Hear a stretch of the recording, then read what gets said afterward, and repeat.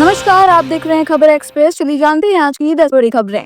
गुरुग्राम में गौ माता पर जुल्म, लाइव स्ट्रीमिंग के चक्कर में मोमोज खिलाया। हरियाणा के गुरुग्राम से इंसानियत को शर्मसार करने वाली घटना सामने आई है। सोशल मीडिया पर एक टास्क के लिए एक युवक ने सारी हदें पार कर दी। लाइव स्ट्रीमिंग के दौरान उसने अपनी गाड़ी के पास खड़ी एक गाय को कथित तौर पर चिकन मोमोज खिला दिया। यह वीडियो आग की तरह फैला। इसके बाद गौ रक्षकों का गुस्सा फूट पड़ा और उन्होंने युवक को सरेआम पकड़कर जमकर उसकी धुनाई की। पुलिस ने भी धार्मिक भावनाओं को आहत करने के आरोप में मामला दर्ज कर लिया है। क्या एक सोशल मीडिया टास्क के लिए इतनी संवेदनहीनता सही है? ये बड़ा सवाल है।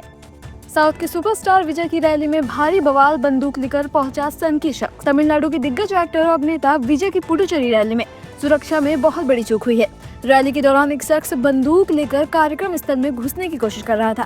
पुलिस ने तुरंत उसे धर दबोचा, लेकिन इस घटना से पूरे माहौल में दहशत फैल गई। उधर रैली में शामिल होने के लिए बेकाबू भीड़ ने प्रशासन के सारे इंतजाम धरे के धरे रख दिए। सिर्फ 5000 की परमिशन थी, लेकिन हजारों की संख्या में लोग बैरिकेड फांदकर अंदर घुस गए। 27 सितंबर की भगदड़ के बाद ये उनकी पहली जनसभा थी, लेकिन आज भी सुरक्षा पर सवालिया निशान लगा है।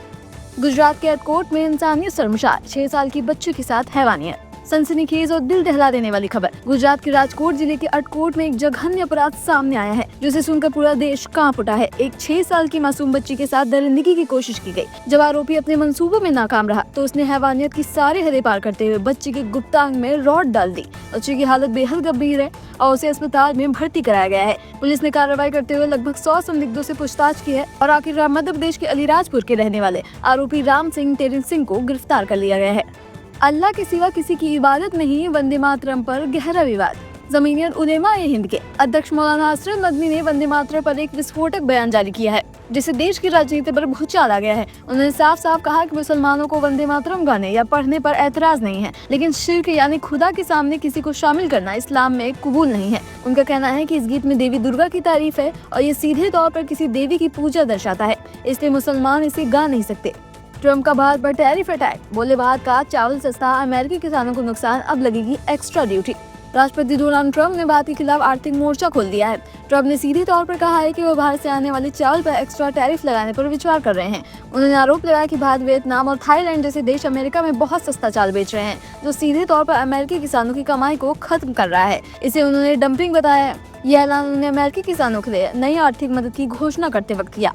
इंडिगो पर सरकार का सर्जिकल स्ट्राइक। यात्रियों के लिए राहत की सांस, लेकिन इंडिगो के लिए बुरी खबर। देश की सबसे बड़ी एयरलाइन इंडिगो में लगातार 8 दिनों से हो रहे हैं फ्लाइट कैंसिलेशन पर केंद्र सरकार ने अब तक का सबसे सख्त एक्शन लिया है। नागरिक उड्डयन मंत्रालय ने एयरलाइन को उसकी 230 से ज्यादा उड़ानें यानी कुल 10% फ्लाइट्स तुरंत कम करने का निर्देश जारी कर दिया है। इसके अलावा यात्रियों की परेशानी की जाँच के लिए मुंबई, बेंगलुरु, दिल्ली जैसे 10 बड़े एयरपोर्ट पर सीनियर अफसरों की फौज तैनात की गई है।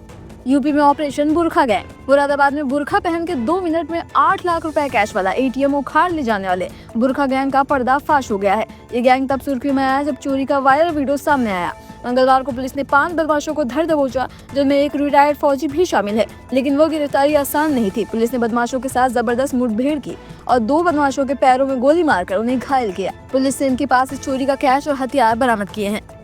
राजधानी एक्सप्रेस को टक्कर देने आई वंदे भारत स्लीपर। यात्रियों का लंबा इंतजार आखिरकार खत्म हुआ। राजधानी एक्सप्रेस जैसे आराम और वंदे मातरम जैसे स्पीड वाली नई वंदे भारत स्लीपर ट्रेन इसी महीने पटना और नई दिल्ली के बीच चलने जा रही है। ये ट्रेन 160 किलोमीटर प्रति घंटे की रफ्तार से दौड़ेगी। इसमें यात्रियों को 5 स्टार होटल जैसी लग्जरी सुविधाएं मिलेंगी, चाहे गर्म पानी से नहाना हो या टच फ्री टॉयलेट, सब कुछ मिलेगा। रेलवे का दावा है कि इसकी रफ्तार इतनी स्मूथ होगी कि तेज दौड़ने पर भी कप में रखी चाय नहीं गिरेगी।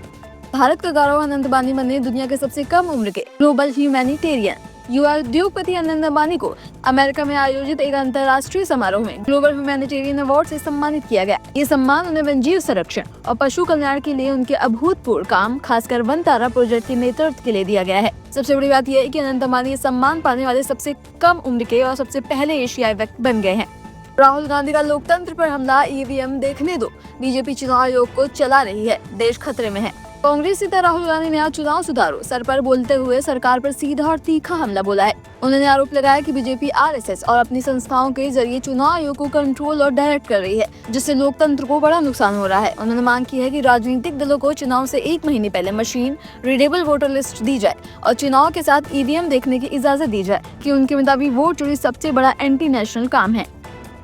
तो ये थी आज की 10 बड़ी खबरें। ऐसे ही रोज बड़ी खबरों को जानने के लिए हमारे चैनल को सब्सक्राइब करना बिल्कुल ना भूलें। धन्यवाद।